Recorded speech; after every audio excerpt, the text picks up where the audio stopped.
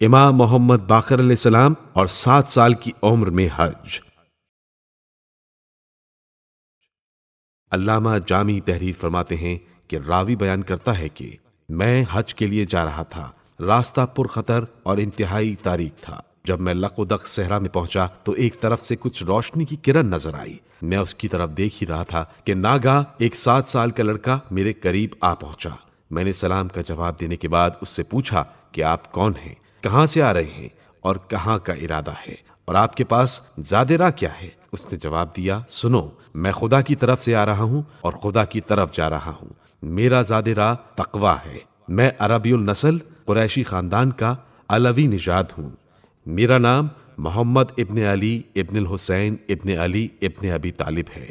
یہ کہہ کر وہ نظروں سے غائب ہو گئے اور مجھے پتہ نہ چل سکا کہ آسمان کی طرف پرواز کر گئے یا زمین میں سما گئے۔ امام محمد باقر علیہ السلام کی امامت کا دور۔ امام زین العابدین علیہ السلام نے 95 ہجری میں شہادت پائی۔ ان کے بعد امام محمد باقر علیہ السلام ہمارے 5ویں امام قرار پائے۔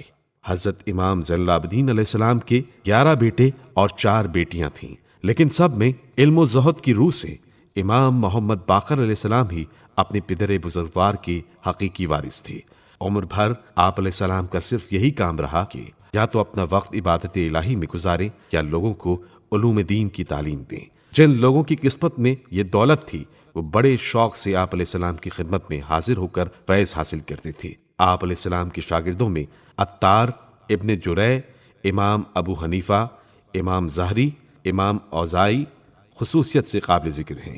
یہ وہ لوگ ہیں جو مذہب اہل سنت کے بڑے معتبر اور مقتدر پیشوا کہلاتے ہیں۔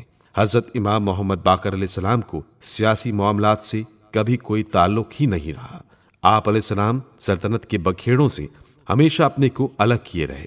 آپ علیہ السلام کے دور میں سلاطین بنی امیہ کو پورا عروج حاصل تھا اور ان کے جاہ و جلال اور شوکت و اقبال کے ہر طرف جھنڈے گڑے ہوئے تھے، لیکن آپ علیہ السلام کو کبھی ان سے جھجک پیدا نہیں ہوئی۔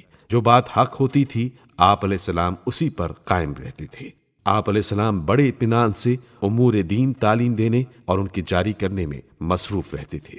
بنی امیہ چونکہ پچھلے تجربوں سے اچھی طرح سمجھ چکے تھے کہ یہ لوگ زور اور زر سے قابو میں آنے والے نہیں، یہ تو نصرت دین میں جان تک کی پرواہ نہیں کرتے، لہٰذا بادشاہ وقت زیادہ سختی سے کام نہ لیتا تھا۔ امام محمد باقر علیہ السلام اور عزاداری امام حسین علیہ السلام کا اہتمام۔ آپ علیہ السلام نے کربلا کا المناک واقعہ اپنی آنکھوں سے دیکھا تھا، پھر اپنے پدر بزرگوار کی تمام زندگی کا مشاہدہ بھی کیا تھا کہ جو امام مظلوم سید الشہداء حضرت امام حسین علیہ السلام کے غم میں بسر ہوئی۔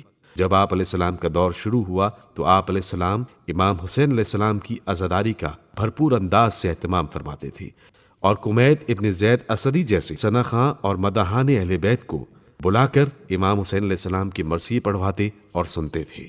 یہی دور وہ تھا جس میں امام حسین علیہ السلام اور ان کے باوفا ساتھیوں کی عزاداری کو بڑے اہتمام سے منایا جانے لگا اور باقاعدہ مجالس کی ابتدا ہوئی، جسے امام جعفر صادق علیہ السلام اور پھر امام علی رضا علیہ السلام کے زمانے میں بہت فروغ حاصل ہوا۔